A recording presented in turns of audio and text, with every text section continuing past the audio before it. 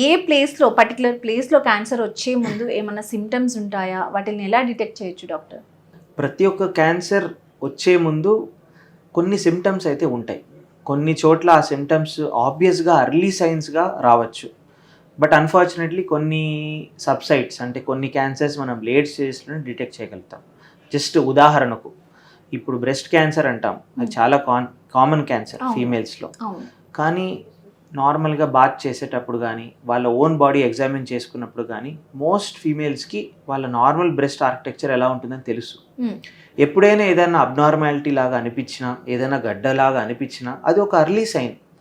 So చాలామంది అది ignore చేసి చాలా మంత్స్ చాలా ఇయర్స్ వదిలేసిన తర్వాతనే డాక్టర్ దగ్గరికి వచ్చి అప్పుడు అడ్వాన్స్ స్టేజ్ అని డిటెక్ట్ చేస్తారే కానీ ఇది మోస్ట్లీ చాలా మందిలో ముందుగానే తెలిసి ఉంటుంది.